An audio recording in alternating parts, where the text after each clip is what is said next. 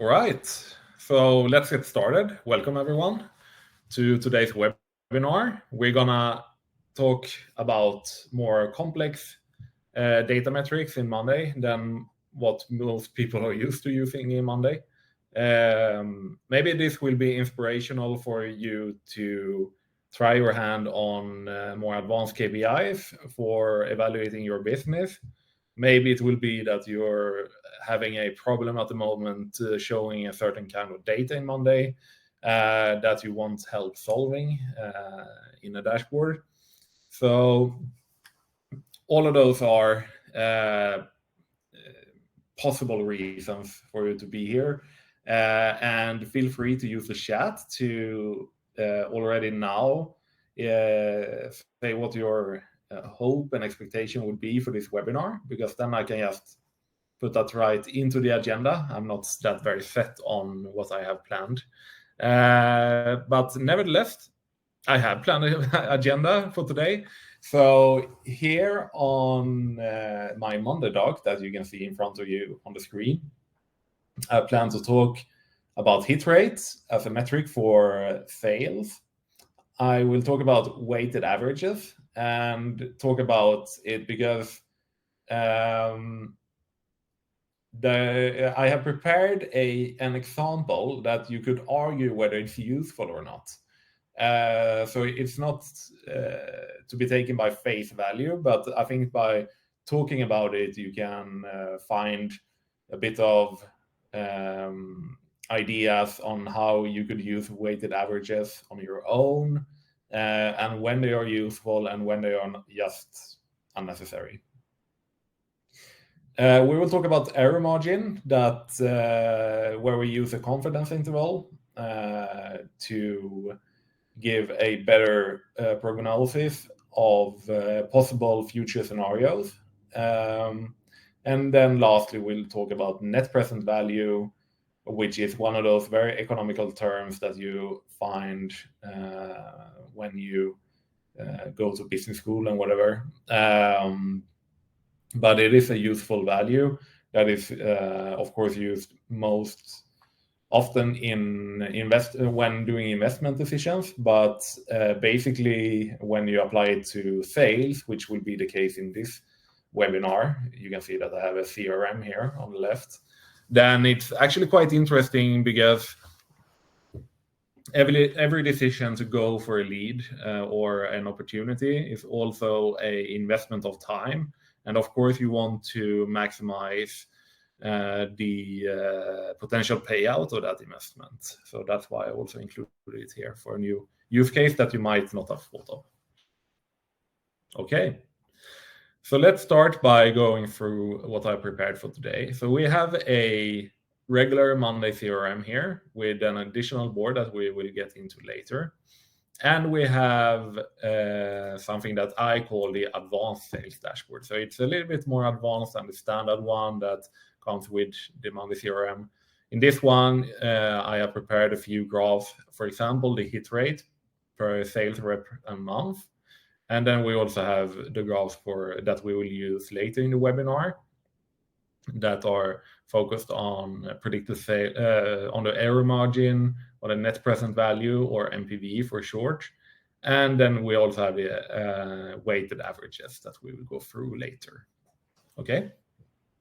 So first of all, the hit rate is the percentage of deals won of all closed deals. So in this case, we have that 4 salespeople. One of them is me, and then we have Erika, Lucas, and Gustav. So what this tells us is that Gustav, of all the deals that he has closed that we have in our deals board, he has won them. So he never lost a deal at all. And we can see that if we go to the deals board, we can go to the won group, and we can see that actually, yes, there is one opportunity by Gustav, another, so he has more than one. He has 3 one opportunities, and they're all in the one group. He doesn't have any down here, which Lucas, me, and Erika has. So that makes sense that he has a hit rate of 1, which would translate to 100%. Lucas, in turn, he has 66.67%, or 2/3 1. Of course, that is also possible to double check, but instead of going to the board, I will just show you the other way to visualize it through split mode in the graph.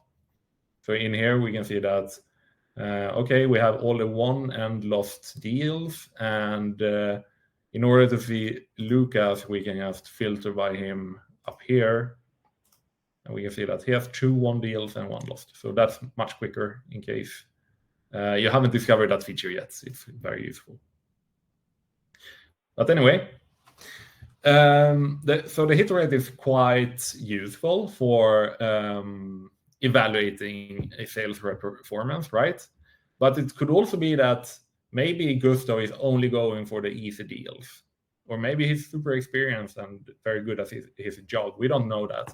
And maybe Erika is going for these big fish in the pond, but she only hits a few of them. So even though she has a hit rate of 42.9%, maybe the total value that she brings in is much higher than Gustav. We don't know that. So usually you actually combine hit rates with some kind of deal worth. And we will talk about deal worth later, because that is related to net present value. So you get basically it is either if you have a deal value, or you have the margin where you have deal value minus the cost, or you have the net present value, or you could have a forecast value that is based on the probability. That is something that you could add to the board by just clicking in that column in the CRM. So that could also be a value of deal worth. So it's up to you really to say how deal worth is measured in your business, right? But I'm gonna remove that one again because it's not gonna be used later. Anyway, what we saw in the dashboard was the total hit rate per person.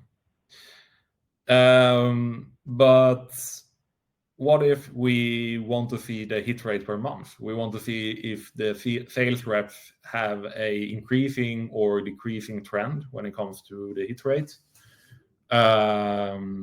We want to evaluate rather how they are improving rather than the actual hit rate today. And maybe they have so many lost deals back half a year ago when they were super new at the job, but now they're closing nearly 100% of the deals as won. Maybe we want to then segment this data into different months in order to give a more fair picture of that. So how do we do that? In a Monday widget, which you might have already encountered, you can select, for example, x-axis and y-axis. So in this case, I have people, the owner of the deal, and for y-axis, I have whether it was a hit or miss. So if it's a hit, then it gets the value 1. If it's a miss, it gets the value 0. So a miss is a loss, and a hit is, of course, a win to the deal. And then I just take the average of that. So that's the simple way, without any make, without any extra. You just get a hit rate per person, no matter when they won or lost the deal. But if I want to add this third dimension of having it per date, then I need to change it to date, and I probably use the close date for that, right? I try and stack it by people, and I also want to use hit and miss. Perfect. I don't want to use that. Actually, let's do a line graph instead. Oh, wait, stack line. There we go. So date, stacked by owner, and whether it's a hit or a miss. So now all of a sudden we can see that. Okay, let's double check now in the split view mode. Yeah, we have. So I'm gonna check my own deals here. All right. Yeah, that's interesting. Okay, yeah, because I had a 0.5 hit rate before, and it seems like all of those won deals, they were in January, while all my attempts in both February and March have been lost. So I didn't make any money back then. So okay. And then we have Erika that I mentioned earlier. She is she has a much better hit rate per month, like that. And yeah, you can see the other lines as well.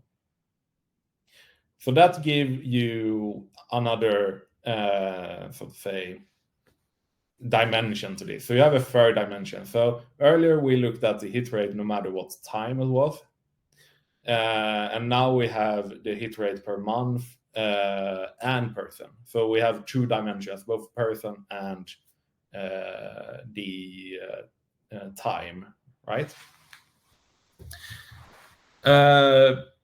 But now I also figure that I want to add a fourth dimension here. I want to have individual sales goals for each sales rep, and I don't want to have the benchmark lines and change them all the time, because I could set it for 0.7 and have a red one, and I said that, okay, this is my own benchmark line that I should have, and then we can add one for Lucas that he should do 0.4, for example. That's his goal. But the downside of that is that I have to go to the settings all the time to change it as the goal changes. And also it will not be per month. So we lost the time dimension here. So I either have to change it each month, and if I want to evaluate January, but I'm in March, then all of a sudden I have April's goal in the graph, but but that will not be proper to evaluate that last month goal at all. So let's not do that. Let's instead have a Monday board for hit rate. So in this Monday board, I have set one item per sales rep and month. I also set a date of the month, which is just a random date in the month it should belong to. In this case, it's the first of the month, because that always works. And I set the target. And then I want to see, so I want to go back and see, okay, so let's check the hit rate for January, for example. So I add a new filter here, and I say that the close date has to be between the 1st and the last of January. And then I can see that, okay, only me and Erika actually won any deals. And we can see that Erika won a third of her deals, and I won half of my deals. Good. Let's not save that filter. Good. So I can put actual hit rate would be 0.5 for me, because I won half of them, and for Erika it would be 0.67. Of course, I want this to be percentage and average. Oh, sorry, 67 and 50%. There we go. And it's not applicable for Lucas and for Gustav. So that's quite actually of a process. You saw that I went into a widget, which is, since this is not a widget that we're gonna use anyway, we're gonna pull our data from the Hitrate table. Then I just went into a widget and filtered it for the month, and then I put down that same number in here, which is not very optimal. I want this to appear automatically. So then I go to make in order to make that happen. So I can specify that I want to get all the items from a board, and okay, I'm just gonna see. All right, I'm just gonna fetch the API code as well. Yeah, that's good for you to practice though. So you go to the connections because they recently moved it, and in here you can copy it. Okay, good. Just call it webinar for now. There we go. So anyway, I will just go to the deal board.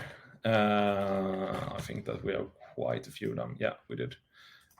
So let's do it the other way, where we fetch the board ID instead. So this is a trick. There we go. And then we get the actual board. So I will fetch all the items in the deal board. Let's set the limit for 20,000 for now. I'm gonna say who is the owner of the deal, and if it's which close date does it have, and which stage is it in, so that we know whether it's won or lost or neither. Good. So when I do that, I can see that make will, and for those of you familiar with make, you can see that you will get all the deals. So let's look at the bottom where we have the won and lost ones. For example, we have one here which has Erika as owner, the stage is lost, and the close date is 21st of February. And now we want to automatically get the percentage that was won by Erika in a specific month. So what we, or for all sales reps really. So what we're gonna do is to add a numeric aggregator, which takes the total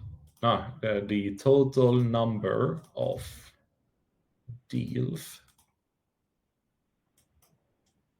and put that into a variable. So we're gonna call this total. Okay, we're gonna give it those kind of total number of deals. And then we're just gonna put the result in there. Okay, so this will not be enough because right now it will just give me all the items in the board. Instead, I need to segment it and group it by owner. Let's go actually for the ID of the owner. Let's also, I'm going to show that later. And let's also say that it will be only those with a close date for last month. So we're gonna first say that it needs to be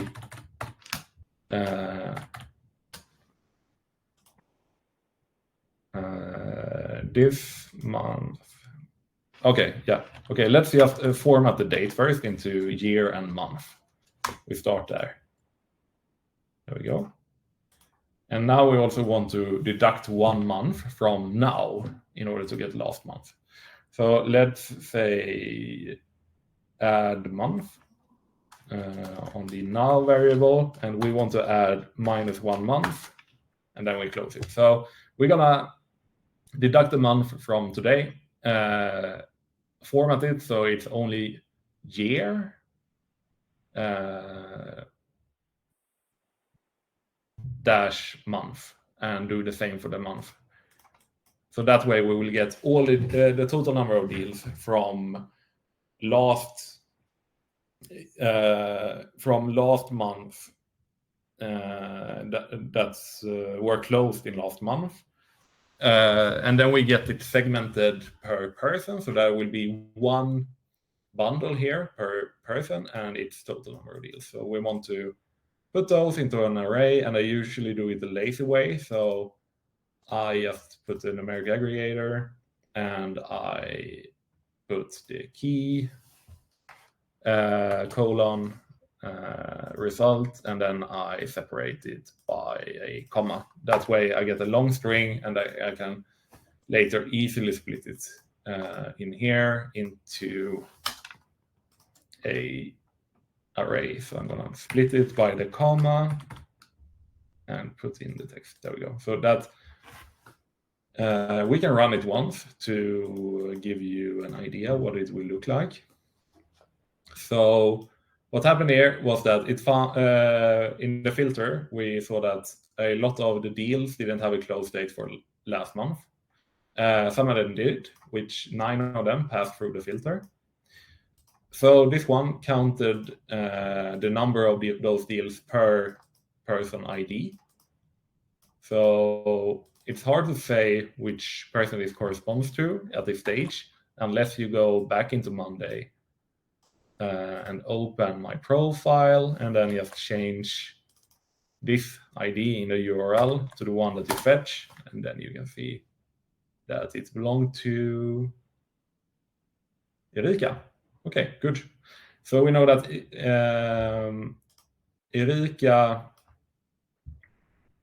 she has had a total number of 4 deals, and then we put that together into one quite ugly array.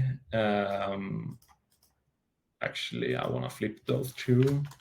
So I want it to be key. Oh, wait. No, key and result. Sorry. Yeah, key result. So I'm not going to flip them.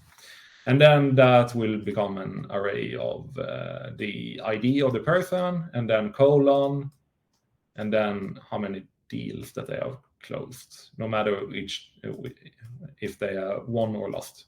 Good. Then we do the same again. So we have copy paste, regular Control-C, Control-V, and then we drag this here, and we get the same filter even. So I'm gonna say that this is this route is total of closed deals last month, and this is gonna be total won deals last month, and we're gonna add another condition that the deal stage has to be equal to, and let's go here, 1. So I'm just gonna copy paste that. There we go. Let's save it, and so what that will give us is a bunch of okay, let's just actually, we're not gonna make it into a array this time. So instead, or are we? Okay, let's not make it into an array this time. So let's run it again. And we can see that the result here is that it was one deal for this ID, and there was 4 deals in total for that ID. Now I also want to put that data automatically into my Monday board. So let's say that each month I duplicate, and I do this manually because I'm the sales manager. So I just duplicate the month before. I change it to March. This could, of course, be automated in Make as well, but I'm not going to do that today. A bit out of the scope for this webinar. And then I change the target. So let's say 40 for Lucas because he needs some slack, 55 for me because I also need some slack, 80, and then Gustav, we can raise him to 90. So we set the target on the month before that way. And maybe I also change the color to which one I'm gonna pick. This one. Yeah, that's good. To this one. So that we can see beforehand what's expected of me as a salesperson and what I need to work towards. All right. And then I want on the 1st of March, I want this to run automatically in Make to fill in the last month's all actual hit rates, so I can evaluate also. So let's say that this one runs days of the month, and this one I run on the 1st, and let's have it run on in the middle of the night. And save that so that we can get the data fresh in the morning. Good. So the next step here is to basically find the corresponding we need to find the corresponding row for that ID. And I know that there are better ways to do this, and maybe that will be a future webinar, but I'm going to do it the lazy way for now for just proof of concept for you.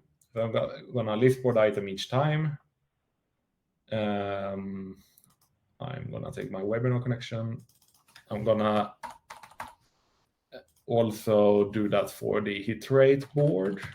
And then, because you can't use the search functionality in Make yet to search for a user ID, you can only do it to search for the username.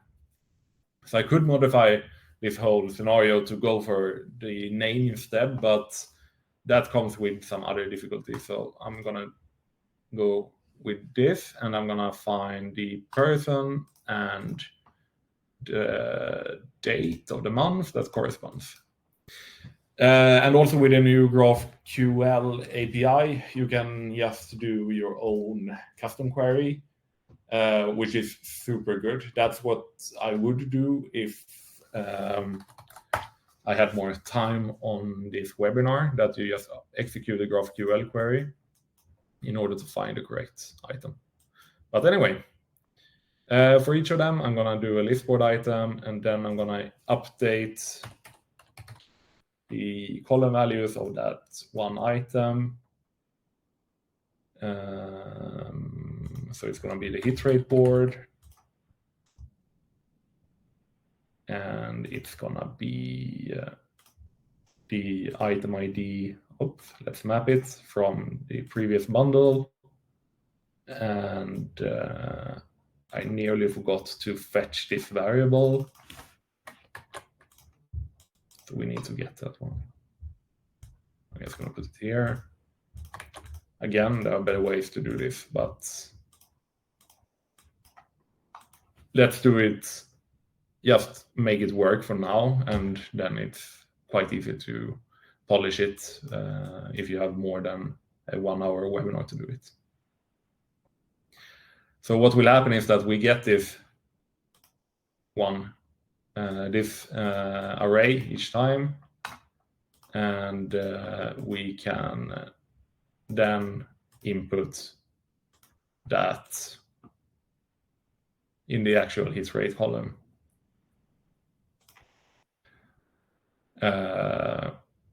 So we take basically the won deals divided by the total number of deals. Okay? And in here you will then have the filter of this ID equal to the ID from the listboard item module. Let's run that once actually. Good, so that we can get some metadata in here. And we want the date formatted to, again, equal the month.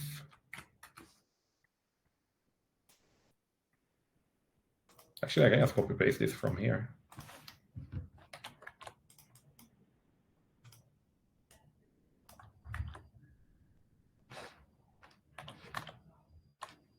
There we go.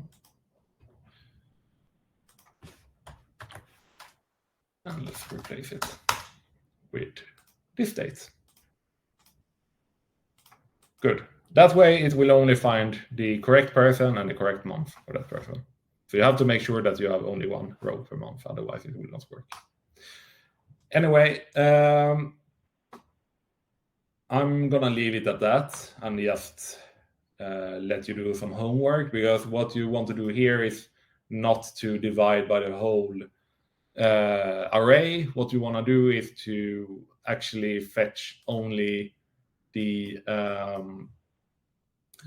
one item in the array that corresponds to the item ID here, which you would do with the map functionality, which you will find here. There you go.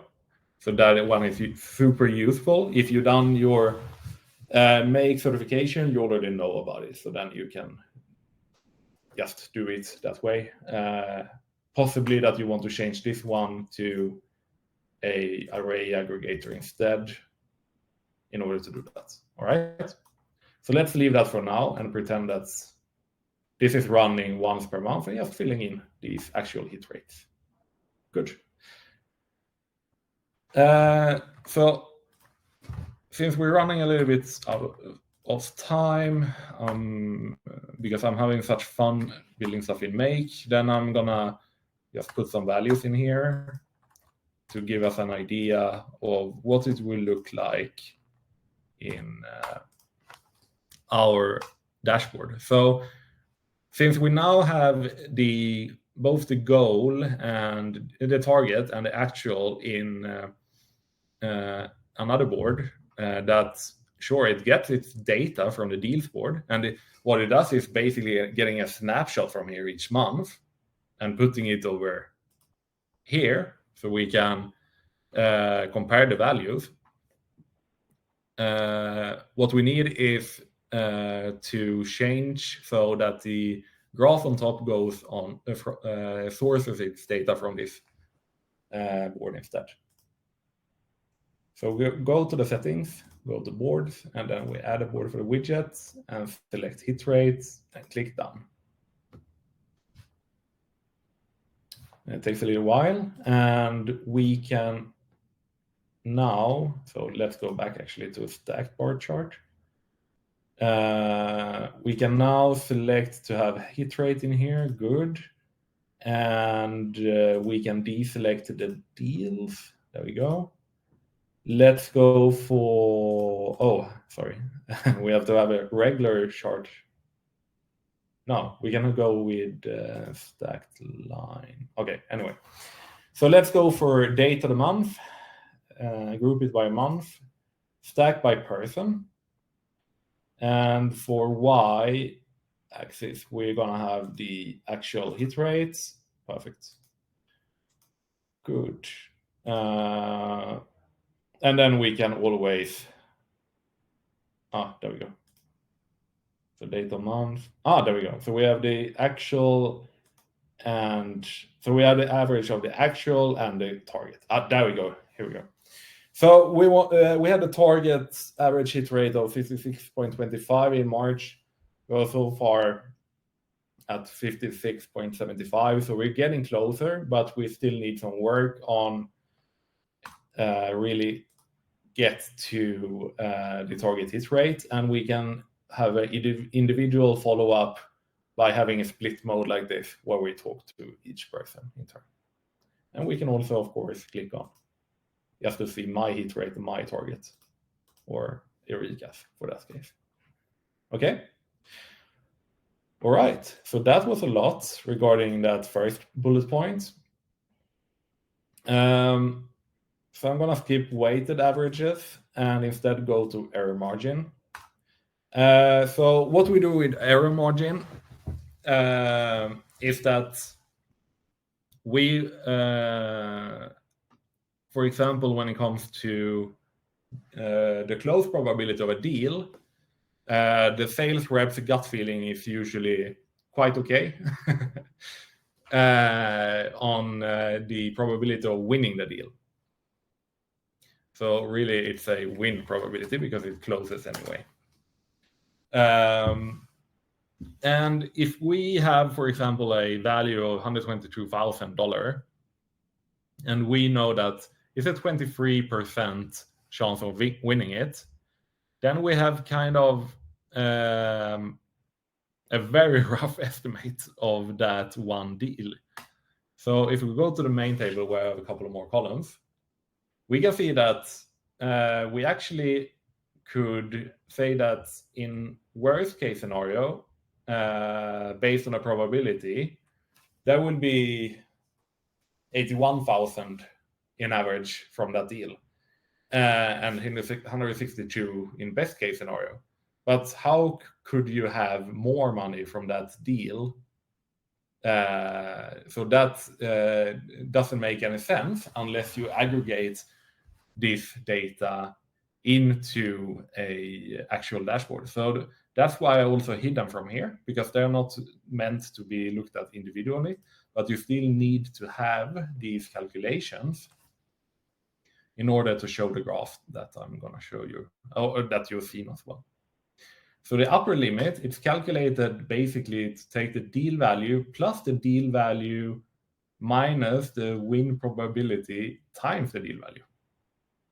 Or you could do it instead of deal value for all that, you can do the MPV, or you can have the deal minus the cost, for example. And the same goes for a lower limit, except that you use a minus instead. That means that the more uncertain you are, let's say that you have a low win probability, then the lower limit goes further down and the upper limit goes further up. So we have more uncertainty.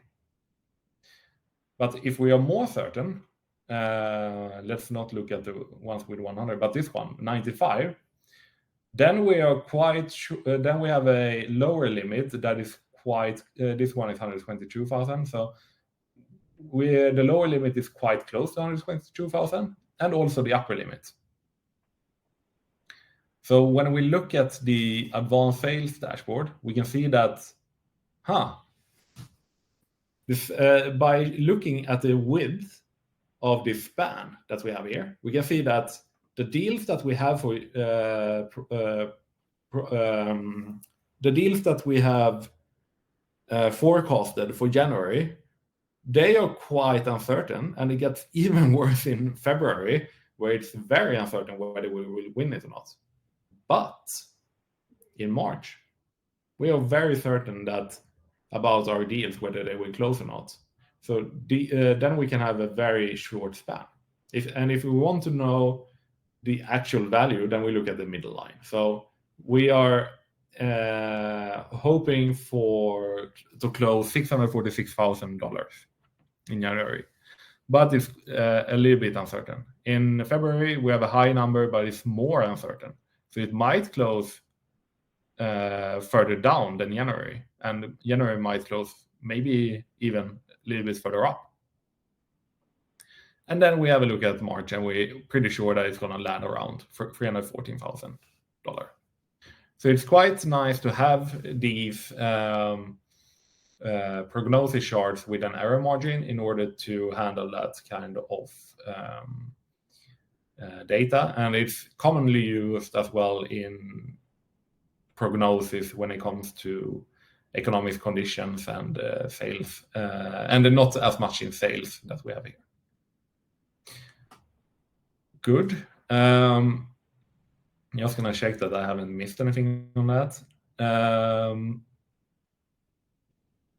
Yeah. Oh, yeah, that is quite good also to know that if you know the relative certainty and uncertainty, then you can also make better decisions, because you know that, okay, in March, I'm quite sure what we're gonna, of the deals that we're gonna close there, or the money that we're gonna get. So then I can make some decisions saying with that as a benchmark, while for January, where it was quite uncertain, maybe I want to be a bit conservative when it comes to new investment. All right. I'm still going to skip weighted averages for now. And the reason for that is that it is actually what I went through with Hitrate. The thing with weighted averages is, or the thing with Hitrate is that it isn't weighted averages, average if you want it to be, because you could say that it's not going to be one, it's not going to be the number of deals divided by the total number of deals. So not one number of deals divided by the total number of deals. Instead, maybe I want to take the total amount from my won deals divided by the total amount of all the deals that were closed, both won and lost. All of a sudden I have a weighted average. And that's basically what the weighted average is about. That and that is also more difficult to show in a Monday dashboard, which is why you want to create a make scenario to give you that data and give you maybe two hit rates, one based on number, one based on value, and then you can also have total won, total lost, for example, so that you can see the breakdown of the whole structure. So basically that's what I wanted to show you in that was of value. And then I wanted to talk a little bit about another data metric that you could use, but I am not certain whether it would be useful or not. It's something that I just thought of, that I think that, okay, the use case for this is so slim. So that's why I'm not gonna bring it up today. We can leave it if we can leave it since we're running out of time instead. All right, let's move on to net present value. And that's quite interesting calculation. That is, as I said, quite common in finance that you do. So the net present value is the difference between the cash inflow that you're going to have in the future. So let's say that you know that you're going to get a payment in August, but today it's March. So you basically have around 5 months in between. For those 5 months, you could have had the money that you're going to get in August. You could have had that already in your bank account and get the interest rate of maybe 1%. Or you could have placed it in government bonds and get an interest rate of, well, nowadays maybe 6%, but let's say 2%. So you're actually losing money by not getting that money in August now, because it could have been used in your business.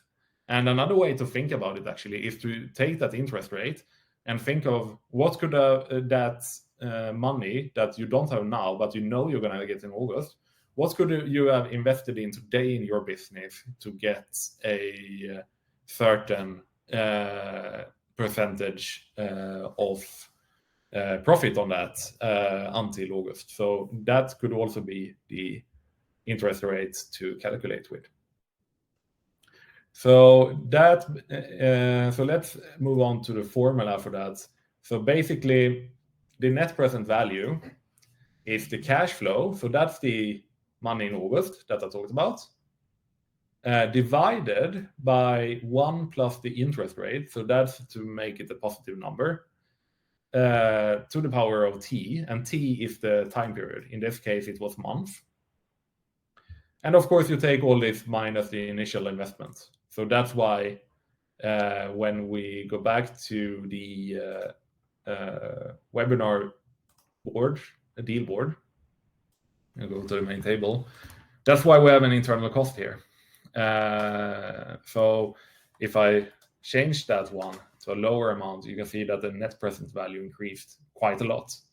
And if I bring it quite close to, let's say, 121,000 instead of 122,000, you can see that the net present value of that $1,000 profit is actually worth just $575 today, because I assume that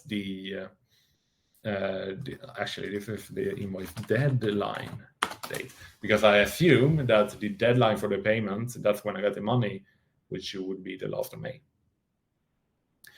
So, and that's quite interesting also, because I built this in mind with us thinking of a scenario where we have our CRM or any production board or a finance board, but we actually have it tied to our accounting system. So that's why I could put the invoice deadline date here, because this is, well, when it comes to the new deals, then it will be an estimate.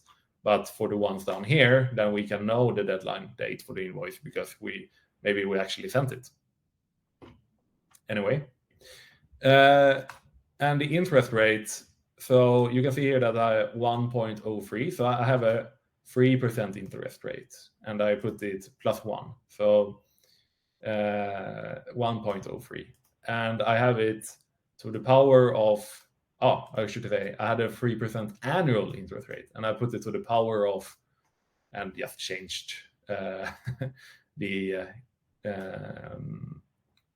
because I have a hidden column called invoice length, which is the number of days. So I put that periodized to the year and minus the internal cost to get the net present value.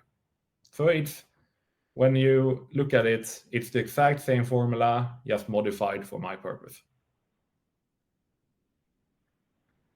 Good. And this is, of course, for short term, and for longer term projects and multiple cash flows, then you need to use the expanded formula. I'm not gonna get into that today.